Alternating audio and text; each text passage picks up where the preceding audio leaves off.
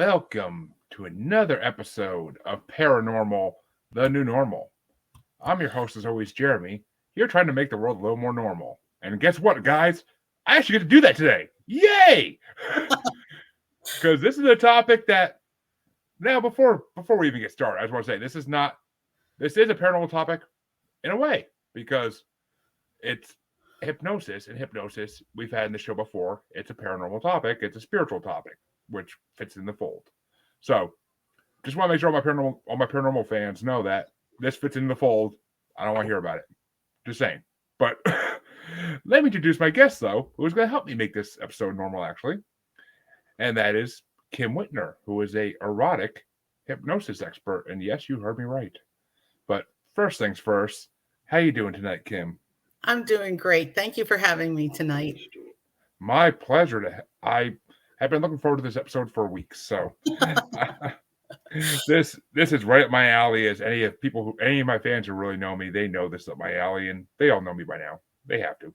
But let me just ask my first question is usually a little different than this, but what got you into this, down this road? Like, what led to it?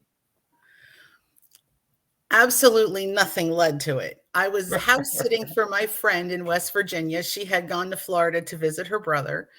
And I was just sitting alone with all of her kitties, just scrolling through the internet. And I saw this video that said, erotic hypnosis for hands-free orgasm.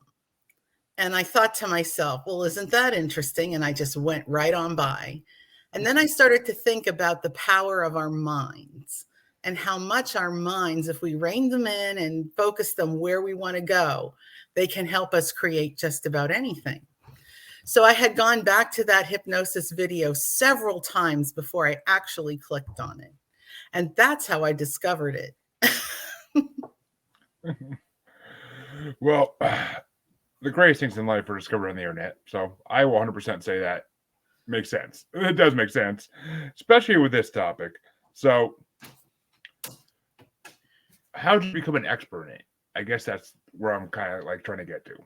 Well, because I had utilized it to the point where I completely turned my life around. You know how everyone says, oh, you have everything you need within you deep inside yourself, right? You're always told that, but they never tell you how to find that. And through participating in the hypnosis sessions, I was able to find myself, and I healed from things that I had long been suffering from, was able to give forgiveness that I had long been looking to give, and so much more like that. So interesting.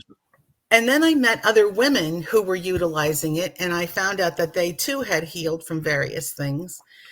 And of course, the hands-free orgasm was something that worked for me almost immediately.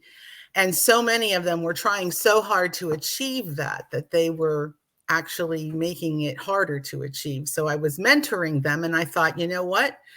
I have a business here that I could help these women learn how to experience this, especially since so many women are not experiencing orgasm, generally speaking. Well, I mean, that is a very true statistic, I've been told and I've read. But I mean, personally, I never met a woman who couldn't. But at least that's at least as far as they told me. I mean, right. Of course, as a man, you're only told so much of the truth. So about that topic, especially. So, but I mean, well, does it only work for women? That's actually the first question that came to mind. Does it only work for women? No, it also works for men. This particular hypnotist does cater and create for women. There are some ladies who do create for men. Interesting. Yes. And I mean, the idea of a hands-free orgasm is just, to me, almost unbelievable. I know. Like I literally told my wife about 10 minutes ago that I was, okay, like 25 minutes ago now, that I was talking about this topic tonight. And she's like, one, how's that paranormal? And two, really? Like, yes. So it's all mental, I'm assuming. It's all a mental process, like obviously if it's hands-free. Yes. Do people need to have a certain amount of mental control before they do this, like meditation and all that?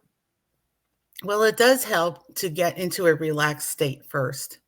Whether you use meditation, and hypnosis is very similar to meditation, but you could use meditation before you try to use a session, and you can use breath work or whatever relaxes you. If it's yoga, whatever it is that relaxes you and gets you into your mind. I like using breath work because when you're concentrating and focused on your breath, it's really difficult to be thinking about anything else but except for the fact that you're breathing and how fast you're breathing and how deeply you're breathing. So anything that gets you into that relaxed state so you can engage with the hypnosis. Interesting. And I mean, I've talked to hypnotists before, but I would be lying if I said this wasn't the most. I mean, I thought a pet hypnotist was something special, but this is a whole nother realm beyond that. And so, how does it help you heal though? Like that's like how does it help people heal besides the Okay, obvious? so what I discovered is when I first found this hypnosis, I found that I couldn't get enough of it at first. And Mm-hmm. thank God I was at my friend's house by myself and had nothing else to do but listen to this hypnosis for hours on end, because that's exactly what I did. And I was getting a little concerned that I couldn't get enough of it. And so I started delving into other things to research what is going on with me. I did not know. And what I had come to find is that my sexual energy had been completely depleted. And I also learned that it's very closely related to your creative energy. Think about it. Sex is life force energy, it creates life, it is your creative energy. So that made a whole lot of sense to me. And the first thing that returned to me that same week I discovered it was my joy. I noticed that I felt so much lighter and happier, and I would laugh at funny things so much more easily than I used to. And in a month later, I rediscovered music. I could not understand why music had no meaning to me. My husband's a musician, and maybe that was part of it. Hearing him practice is not exactly desirable music, but so my friend would always say how much music helps her to focus and heal and whatever it did for her. And I'm like, I just don't get it. And then I found myself putting music on to shower with. And I was like, oh my gosh. And then I started to remember how music used to move me years ago. And so I started listening to music. And a few months after that, I got this desire to paint. And I do have an art degree. So it's not like I'm not a creative. I am. And I just got away from it and I didn't want to do it anymore. And the next thing you know, I was creating again. So what it did for me is it helped me to rediscover myself. It showed me things that I was putting up with that I didn't have to put up with. It helped me see insecurities I had for, I would literally say, decades that I never knew I had until I started rediscovering me. I had never been able to be me. I was an only child. My mother was overbearing, and I had a quite a set of rules to follow. And for the first time in my life, I finally feel like I am me. I am the person without all that other junk. I'm finally just me. So I was able to leave all that other garbage behind, and I'm much happier. And I'm doing things I never thought I'd do. I mean, it sounds life changing. It really does, and it's interesting because I do. My other podcast is a music podcast, and I find that like I enjoy music still, but it's just not the way I once did. Like Right. when I was younger and had less worries in the world. Is the best way to Mhm. put it. Like that's the thing is I think a lot of our lives are bogged down by responsibilities and paying everything on time. And if you have kids, forget about it. That's a whole nother realm. Like Yes. that's a whole. I don't know if you can hear them in the background, but that's a whole nother realm of not being able to enjoy what you want to enjoy in life because oh no, I've got to take care of the kids. I can't do what I want to do. I have to worry about them. But I mean, I haven't been to a concert, I don't know, since before COVID. So yeah, that says everything right there. But so I mean, it's just I get it, but how does imaginative play work? Imaginative play. Okay, so in a hypnosis session, the hypnotist gives you suggestions or says things that are going on. And of course, he does not have control over you. You are completely in control of your own thoughts and minds and morality. You can't be persuaded to do anything beyond your own beliefs and morality. So the suggestions allow you to take those suggestions and create your own scenarios. Interesting. So kind It's of it's kind of like when a lot of women like to read those nice, juicy romance novels, correct? Because they like to feel that. So the hypnosis session is kind of like that, but instead of reading about the characters, you become one. it makes sense. Yeah, because kind of like when women read those romantic little short novels and then all of a sudden they want to role play in bed that book the Yes. next night. It's like, I don't feel like being a cowboy tonight, sweetie. Sorry. But I'll ride, but I don't feel like pretending you're a horse. Like that's just a little weird to me. Sorry. But but yeah, I personally wish my wife was a little more imaginative, but that's me. But and it works. But I don't know the idea. I honestly want to sign her up for one of these courses just so she could freaking learn some new things in her life because she she has issues. She has happiness issues, and I think something like this would make her happier. But I don't Yes. know. I don't know if she has the open mind for it. That's the problem. She doesn't have the open mind for it. She's too insecure and whatnot to really be able to fully embrace it, I believe. Well, this is what helped me to get rid of those insecurities I had. I did not know what I was getting into when I did this. And gosh, that week I just could not get enough of it. And like I said, I was concerned something was wrong with me, but what was wrong with me is I had lost myself, basically. I just lost myself and I didn't know what I liked and I didn't know what I wanted. And now I do. And now I help others to find that. So we do have on the website, we do have a free PDF to explain about the hypnosis, what it is and what it is not, and also a download of a hypnosis track for her to try. I'll have to send it to her covertly when I go to work one day. Send it as I'm walking out the door. But because if I'm around, she won't even touch it. She'll be too embarrassed if I'm around to even touch it. But if I get that. I get that. And that's what's sad. We all need to be more comfortable about talking about sex. I mean, none of us got here without it, right? yes, but to most people, the thought of their parents in the act to do that grosses them out to no extent. I was created in a lab, kind of, so I don't really have that effect. But the idea of my parents together is a little weird. But I won't It's say all disturbing. But It's only weird because we're not used to thinking about it and talking about it and making it normal. It's as normal as breathing. It's oh, so important to your well-being. I agree, and I always believe that erotic release is one of the most like ways. If you're having a bad day, go take care of yourself in the bedroom for 10 minutes, and you're fine. Like you'll come back out like it releases dopamine. It releases all these chemicals in our brain that helps us focus more. It helps us just relax more.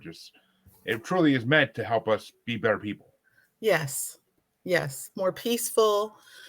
It's just amazing what it can do, especially when you use it as a type of therapy. It does not replace therapists, and it does not replace your medical Oh, of professionals, course but it not. is a wonderful, wonderful practice alongside of those things. It's just amazing. And, you know, some of the reason that women don't experience orgasm as much as men do is because a lot of time men don't take time with their partner. A woman is more like one of those wood fire pizza ovens, and a man is more like a microwave. Okay. I So love that. I love that. if you don't tend to that wood fired oven, the pizza is going to suck. Okay. It just is. So the other thing about that is when men take the time, there's a connection that happens between the two that is so beautiful. And not only is he giving to her, but then she gets to the point where she releases to him. And it's such a beautiful spiritual connection. And it's so peaceful, and there is a flow between the two of you that nurtures one another. It's just amazing. No, I mean, well, a lot of my listeners may already know this because I think I had a former porn star on back when I first started the show named Johnny G, who which we'll get into his topic in a minute because I actually want to ask what you think about it. But I told him this, so I'm not embarrassed to say it on my show again. I suffered for years from erectile dysfunction at 34. Like, I'm 34 now. From the time I was in my 20s till recently, I suffered from it. And so, I mean, this wasn't a world that I always was secure in because of that issue. But, and so with my wife now, ever since we started we've been together almost 6 years, 6 years next month officially. We've been together, married almost a year, or maybe 2 now. I should know that. But, oh my God, I should know that. But I think it's almost a year now, maybe 2. God, I don't even remember how long we lived in this house, for God's sake. But podcasting, it takes up all your energy. But so I personally, this is the point I was trying to make.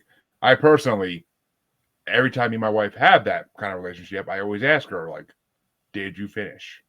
And if the answer is ever no, I make sure she doesn't leave that bed until she does. Because as someone who suffered from that for so long, I was the one not finishing for a long, long time. And it's the worst feeling in the world when you leave unsatisfied or something like that. Right. It's the worst feeling in the world. And I mean, I don't know how many guys can actually say they feel that way, but I personally feel that way. Like, it's just, I experienced it for so long that, like, the girl gets off and leaves, and I'm sitting there like, what the fuck did I waste my time doing? Like, I didn't even get anything out of it. What the fuck? But I mean, that's the way I could reveal my personal experience into it, kind of, is because I've seen that side of it that mostly usually women experience, because most guys whip it out and they finish within whatever time they finish in. Like, it's just not an issue. Right. I mean, I've met some with the same issue, but it's a rare thing for men my age, at least. I mean, you go to doctors in your 20s and you say, I can't stay hard, and they just literally laugh at you and they're like, what are you talking about? You're in your 20s. Like, it took literally a female doctor to be like, okay, well, try taking this blue pill and see if it works. Well, guess what? It worked. But I mean, so I 100% agree. Leaving the bedroom dissatisfied is not a good thing. And I understand that. And that's why I always made sure, since I got to that point, that women never leave unsatisfied. And plus, if they leave unsatisfied, unless you're married to them, they're not coming back. And even if you are married to them, they still may not be happy for a long time, and that's going to affect your life. So, yep. You like coming home to a clean house and having dinner ready? Yeah, not if you don't make them happy. but like Johnny G, when I had him on back in May or June of last year, he was a practicer of something called spectrophilia. I don't know if you've heard of this, but no. Spectrophilia is kind of like what it sounds like. It literally is supposedly having sex with ghosts. Oh, right. I did hear about that, but I didn't hear the term before. Yeah, that's the clinical term for it, I would guess would be the best word, or the official term is spectrophilia. And I had never heard of it until he came on my show to talk about it for an hour, and I literally had my mind blown, because I'm like, that's possible? Like, I mean, I guess it's more of a mental thing. That's why I think it kind of relates to your area more than like I would than anything else. But because I mean, it has to be a mental thing because you can't feel a ghost. Like you literally cannot feel a ghost. It would feel like wind. I would imagine. Yeah. I mean, you can feel presence, but I don't know. I can't imagine. Yeah, I mean, me either. It's really hard to picture. It is. I mean, whenever he kept talking about it, I kept thinking of the freaking scene from Scary Movie 2. But that's all I could think about was that one scene. And I'm like, this actually works. He's like, oh, yeah. He's like, I've done it. He's like, people want to, or I mean, I think it's also a little bit of role play because he said he's done it for women who lost their husband and stuff like that. And like, he Hmm. literally plays the role of the husband, but like, they do a full, they have a they have a medium present, or he maybe is a medium to some degree. I don't know. But, and like, they invoke the spirit of the husband, and the spirit of the husband uses him. Like, Mhm. I don't really understand 100% how it works. I mean, I don't think anybody can understand 100% how that works unless they're doing it. But it's just, I wanted to bring it up because there's not many other topics I could cross it over with, but this one seems like one that kind of crosses over with that in a slight way. But personally, I mean, that's just something that came to mind. So, what do you think is the best way for someone to discover their sexual freedom? To get comfortable talking about it, to get comfortable exploring yourself, your body, knowing your body, what you like, what you don't like. If the hypnosis isn't something that works for you, find something that does, meditation. Um, get comfortable talking about it with your partner, with your friends. And if you're not comfortable doing that um, with your partner, you may want to write it down in a letter or something just to express because communication is so important. It truly is. I mean, my for years, my wife has been putting out and like boldly saying to me like, "Do this, not that," and I'm like, "Okay, if that's what you want." Like, it may, I mean, it's just I don't understand why people can't communicate about it in this day and age. I mean, literally, this world is so oversexed at this point that literally every little thing is about sex to some degree. It's Right. just how can you not talk about it? Like, I can understand older generations maybe being a little more hesitant about it because they weren't brought up that way, Right. but we were brought up.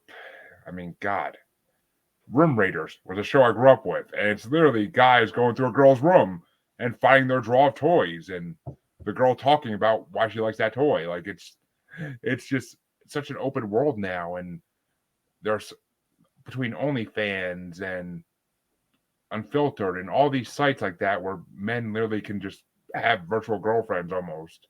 Like Right. Right. how do people not talk about it? I mean, God, it's just it mystifies me to no degree that Yeah. people can't talk about these days. And I mean, if you go back in history, even I mean, it's just horrible. It's Yeah. history. If I think about sex and history, it pisses me off, like to a certain degree, because it's like, why? Why did it take to the '60s to really have people start talking about things like that? Right. Right. And I even think about, and I'm actually just kind of studying this and taking notes on it as I discover things. I mean, I'm not full-fledged studying it. It's something that interests me, and when I see something, I'll look at it. But what religion has done, and I don't mean being spiritual and having a relationship with God or whatever you believe. What I'm talking about is what religion has done to sex to control people. Oh I God, yeah. mean, look at all the concubines the kings had in the Old Testament. I, I mean, is there something wrong with this picture compared to what is taught? I, Hmm. I just don't know. It's a big question mark in my head right now, and I won't be satisfied until I find the answers. That's why I'm always looking for them. But I mean, sex is a lot like finance. Both subjects are kind of taboo to talk about. It is. I mean, yeah. They always said, don't tell people how much money your parents make. Don't talk about religion, politics, or sex when you're at people's Right. houses. Right. Like that's how you're brought up. And I mean, I never fall into any of that. I mean, personally, I mean, I maybe didn't ask my friends' parents how much money they made because I never really cared. But Right. I gladly would bring up religion and politics, even the little bit I knew. I would bring it up just because I had to be that rebel. I had to be. But and I mean, I was that kid that got in trouble all the time for talking about sex when he didn't know shit about it. Like, and my mom would literally say to me, like, you don't know anything about sex. You're 11. Stop talking about it. And I'd be like, why? Like, why is it a bad thing to talk about? Like, it's natural. Yeah, I get you don't want your 11-year-old son talking about because you want him to have it. But other than that, like, what's wrong with it? Like, it's just the closed-mindedness of this world to this day. Yes. Makes me shake my head. It really does. I went to visit my doctor and I hadn't seen him till just before I discovered this. And it was at the end of the day, so he had some time to talk. And we were talking about our travel adventures and some amazing experiences we had. And 3 separate times he stopped me and said, "You are so happy. You're so vibrant and bright."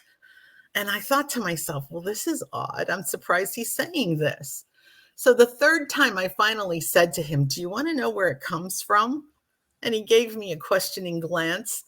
And I told him all about this erotic hypnosis and how it had helped me. And he was just a sponge. He just couldn't hear enough about it. And then he said, "Keep it up." Well, And I mean, the other thing I said is, like, people are so afraid to talk about this. And he says, "Why?" And I said, "Well, you're a doctor. You're used to talking about it, but most people do not want to talk about it." which I mean, to be a hypnotist in one of these sessions, I almost feel like you're one of those people that worked for a 900 number back in the day. Like, you're literally just kind of given scenarios that make the person get in that mindset while they're Yes. under I mean, am I wrong in this or? No, there's different scenarios. Some of them are more explicit than others. Some of them are more just to enjoy what he says. Other are more where you can create with what he says. Yeah, I mean, I couldn't imagine sitting there being the therapist in this, the hypnotist in this session without like dying laughing while I'm trying to say stuff. Like, I'd be sitting there like with the biggest grin on my face, like, yeah, okay. Now imagine this. Like, I've done over freaking text and messaging for years with girls I was trying to talk to, but that's different. Like, actually saying these things, like, even when a girl would be like, "Oh, can you say all those things on the phone?" I'd be like, I could try, but I might laugh halfway through and not be able to stop laughing. But because it's just like your mind has it that it's just like you become a little kid again. It's like it's like just so I don't know, but Well, I suppose that when he realized what he was doing and how it was effective, I imagine that he saw a really good benefit for it. In fact, it was probably last fall, no, August, I think it was, about a year and a half into this journey for myself, I asked him if he would collaborate with me. And turns out that he wanted to go in the same direction that I wanted to go. So we're working together to help other women in a more of a therapeutic way to achieve healing for themselves and whatever it is they want, whatever that healing means to them. Which was it? So, do they do this for couples? That's actually the other question I was going to ask. Is there a therapist out there that will work with couples together for this? That I don't know. I'll bet there is somewhere though. Because I mean, I imagine they could do this all remotely now too, like through Zoom or something like that. Yes. Like it doesn't have to be done in person. I wouldn't imagine Right. at least. None of this has been in person. It's all been through recorded tracks. Oh, so it's not even really like a live interaction with the hypnotist. Right. Well, I guess that makes it a little more, or I guess a little less awkward. Yes. The first time at least. I mean, I don't know. I was actually picturing like someone sitting in a hypnotist's office, like while this is happening, and I'm like, that couch better be Scotch guard. But I mean, it's just that's okay. That makes more sense though. If it's all pre-recorded tracks, then people can just buy the tracks that work for them. I guess would be the Right. best bet. I So know I know that he has done some hypnosis sessions like via a phone call, just voice, audio yeah, live, but not in person live. interesting. But that doesn't make it any less effective. And actually, it might make it even more effective because the visual is all what's in your mind and not your environment where you are or who Makes you're with. I mean, it makes sense. I mean, if because people, I mean, people have been pleasuring themselves in rooms alone since the beginning of time. So, or in True the enough. bar, or in the barn, or in the servants' quarters. I mean, depending what era of history we're talking about here. But it's just I've read a lot of freaking erotic novels. People, give me a break. And how long have they been researching this? Like, do you know that possibly? Like, how long have they been working on this? That I'm not sure about. I'm not sure about. I know I've seen, well, once I saw this particular hypnotist, I thought, "Oh my gosh, this is a thing. Let me see what else is out there." And I found several other men that do it, and I found a woman that does it for men, and she has a lovely voice. To me, the other men were kind of creepy on the creepy side to me. I didn't like them. But the hypnotist I work with, I call him the liquid chocolate voice because his voice is amazing. And I just loved it. That's what really captured me was the voice. Gee, I got a podcaster friend named Harvey who might have that voice as well. I should tell him to look into this for a career.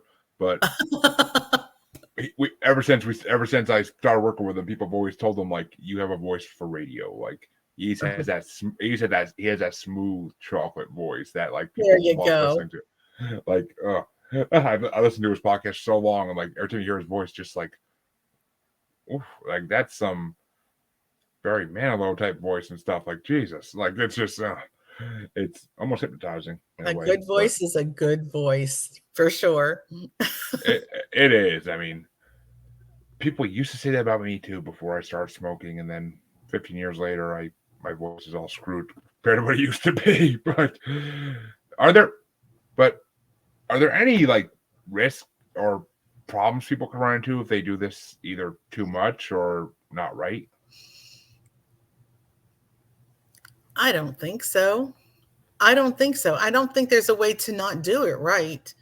Um, of course, anybody can get addicted to whatever, but I think it would take quite a bit to be addicted. I mean, at first, that's what I thought was going on with me. I'm like, am I getting addicted to this? But no. But once I was filled, once I felt filled and happy and everything leveled off, and I didn't need to spend as much time with it, but I still Hmm. stay consistent to keep my levels, my energy levels where they should be. Because I can tell if I've been away from it too long.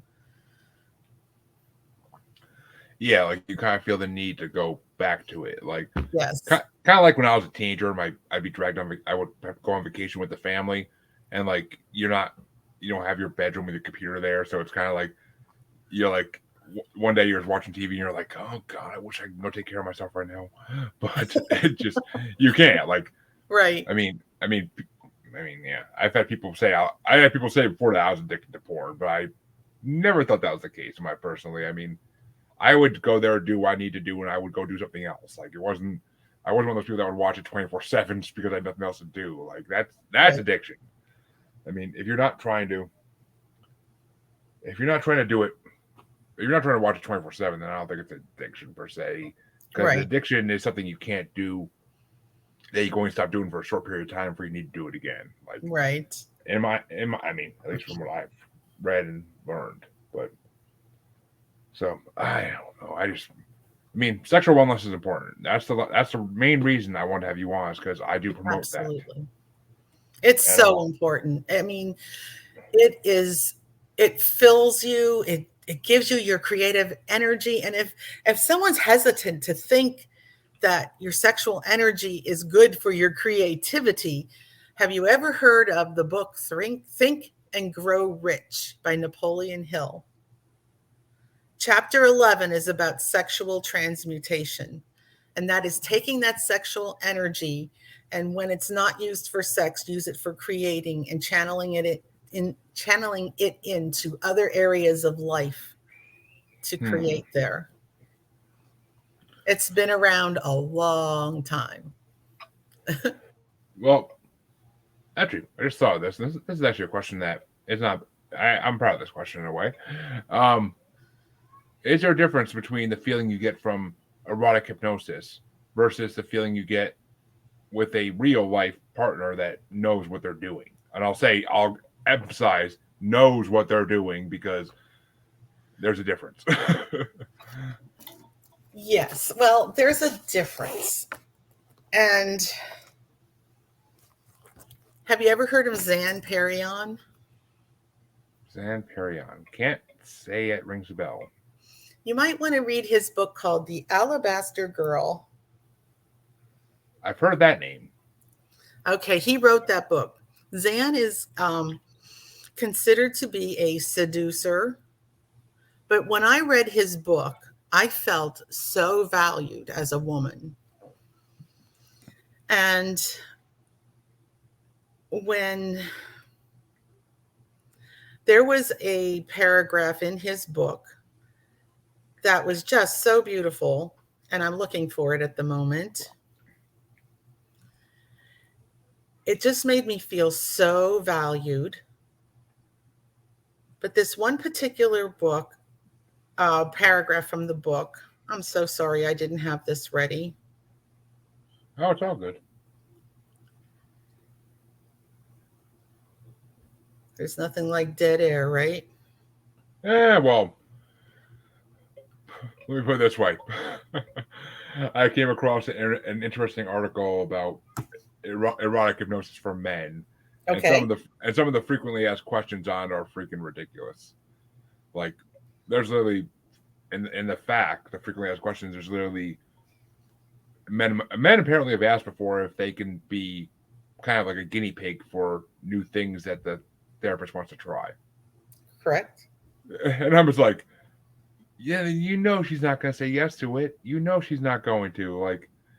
Like she's a professional. It's just men trying to get stuff for free, like always. But Right. Oh God, I mean, it's all in how you allow yourself to interact with the hypnotist, right? So the thing is that you have to trust your hypnotist.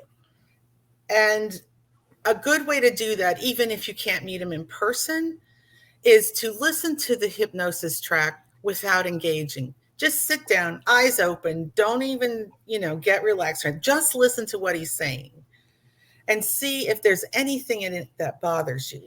For instance, like I said, there were different ones that were more explicit and ones that left more to your imagination. There are also some that have some BDSM tendencies or innuendos in it. So if you are someone who's more timid and not into that sort of thing, and that track has some BDSM things in it, listen to the track before you engage.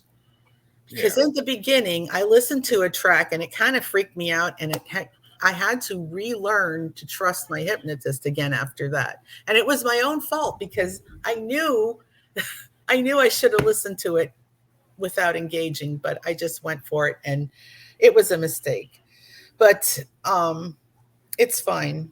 It's fine. I mean, BDSM is one of those fetishes that I personally can't get into.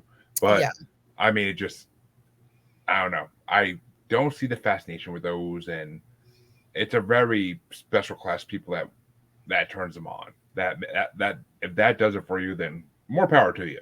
But exactly. And the thing is, I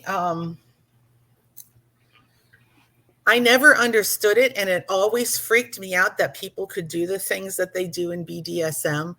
But then I found someone by the name of Orpheus Black. I've heard that name. And, I think I've heard that name. Yeah, well, through him, I learned why people enjoy BDSM, and it made a whole lot of sense to me. why they do it. So it's not something I'm into, but it is something I understand more, so it doesn't freak me out like it once did. It's a power play. I mean, that's what it is. Like Exactly. it's a mental power play, and you either want to be the master or you want to be the slave. Like that's Mm, basically what it is. And I've met women who fall into both categories, and I mean, the ones that want to be masters, they turn me off 100% because that's just not my style. But right, the ones that want to be slaves, I can kind of deal with. But right. I mean, And a lot of, go ahead. I mean, at least for me, my wife, it's more of like a mutual thing. Like she knows that if she tries to like become the master, like it's not gonna work. Like it's just like I'm just gonna be like, nope, he's going away. Well, the thing is that someone who has a lot of responsibility in their normal day, like someone who might be an executive in a corporation, they might like to be the submissive at the end of the day because they're tired of being in charge all the time. It gives them a break and You something know, different. it's funny because it seems like in all the TV shows, that's always who it is, who they find. Like when a mistress gets killed, all the clients that they go talk to are always businessmen who are like, I can't talk about this here. Meet me here. Meet me in my house later. It's always the way it is. I never thought about it that way, but that makes sense. Like that Yeah, makes a lot of sense. Like it does. It really does. It's like something they can just enjoy and not have to make a decision about. So I found the paragraph from the book, and you asked me if there's a difference. Well, here's what the paragraph says: every woman deserves a lover. A woman with a lover is transformed. A woman with a lover is more beautiful than she has ever been and more beautiful than she will ever be. A woman with a lover is always youthful and pretty, no matter her age. Everything about her, her countenance, her complexion, her composure is more alive, more bright. Her face shines and her step is light. There is something marvelous about her, and no one is quite sure just what it is. They can't put their finger on it, but oh, they all can see it. A blossomed woman draws the gaze of every woman and every man as she walks along the street. And I read that to my husband, and he looked at me and he said, I didn't do that for you. I didn't give you any of that. But I well, got it all from my hypnotist. at least he's honest, your husband. But Yes, and he doesn't get in my way because he has seen how much it has healed me and helped me. yeah, But he said, no, I none of that has come from me, and I know, which is you don't gotta tell me, but yeah, I mean, see, I mean, it's funny because I grew up in a house where my mom and I grew up from a divorce. I come from a divorce house, and mhm, my mother cheated on my father multiple times because of this very issue. She wasn't getting what she wanted. She didn't realize that sex could be as good as it was right, until she cheated on my father.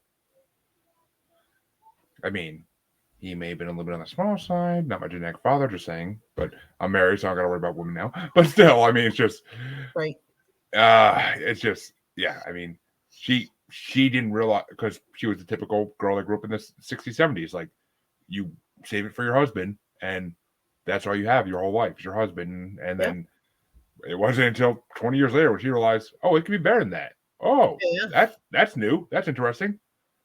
But so, I mean, that's the kind of house I grew up in, and I heard these things at probably a younger age than I should have. So I, but it was a good thing in a way because it taught me to make sure you're pleasing your women, or they're going to leave you. Like that. exactly. That message has been in my head since I was a kid, since I was a teenager at least. But it's just so I 100% get it. I 100% get it. It makes sense. Yay, Well, cool. you! That's really good that you get that. More men need to get that. I mean, Yeah. If I it's if I didn't have the ED, I could have been Casanova. But when God gives you one thing, He wipes the other thing away. But that's the way I see it, at least. But But I'm happily married now, so I can't complain. Good. But that's wonderful. And hopefully she's pregnant, hopefully. But is there anything that you want to tell listeners? Like, what would be your final parting words to listeners before we wrap this up about your advice? What would your ultimate advice be to any women who are looking into this? You are so worth it. If you're not happy and you're not satisfied, you need to find out how to get that way. And if you don't know how to get that way, let me help you. I can at least help you get a start. And if it doesn't work for you, then maybe there's another avenue for you. Well, probably is. Oops. Uh-oh. What happened? What did I do? Can you still hear me? Yeah, I can hear you and see you. I don't know what you're referring to. I don't know what I did, but you disappeared, but I'll find you real quick. Well, I can still hear you, so keep going. It's all good. Okay, good. Yeah, you are so worth it. Pleasure is not just something that's unimportant. It's very important. It's important for your well-being. It's important for your happiness. Make sure that you get it. I'm not asking you to go beyond your morals or anything like that, but talk with your partner if you have a partner. If you don't, then perhaps the erotic hypnosis is the thing for you. Actually, yes.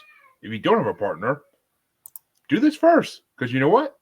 If you're happy with yourself, the desperation to find a partner to meet that part of your life will not be needed, and you'll find a better partner. Exactly. You're right.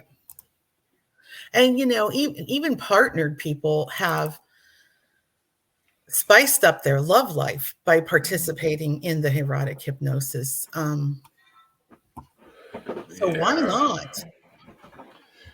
I mean, why not? I agree. And I mean, personally, the only way my love life is getting spiced up is if the kids move out somewhere, but they're too young for that. So yeah, it ain't happening anytime soon. I'm happy I get what I get. So I'm not complaining, but I want to thank you for coming on, Kim. It's been an amazing episode, and I can't wait for my listeners to hear it. I really can't. And there'll be plenty of people watching over the next month and a half till it releases anyway. So no worries. The video will be seen hundreds and hundreds of times by then. So, but where can they find you? Where can they find information on all this glorious stuff we talked about today? Okay. You can find this. All of a sudden I have an echo. It happens on StreamYard. At Desire, DESIRE, Focus, FOCUSED.com. Desire Focus. We have a free hypnosis track and a booklet for you. Well, I will, of course, put that link right in the description of this podcast, too, when it comes out as an episode. And that way people can just click on it and go. But I want to thank you for coming on. And all my listeners know where you can find me. So please, if you're watching on YouTube or if you're on Spotify or any other podcatcher, like and subscribe. Keep me going, please. I thank you. Subscription service coming soon, as I've been telling you for the last 2 months because I'm slacking. But it's coming soon. I promise. I promise. But thank you, Kim. And to all my listeners, I will catch you all next time in half a week. Have a good one. And thank you.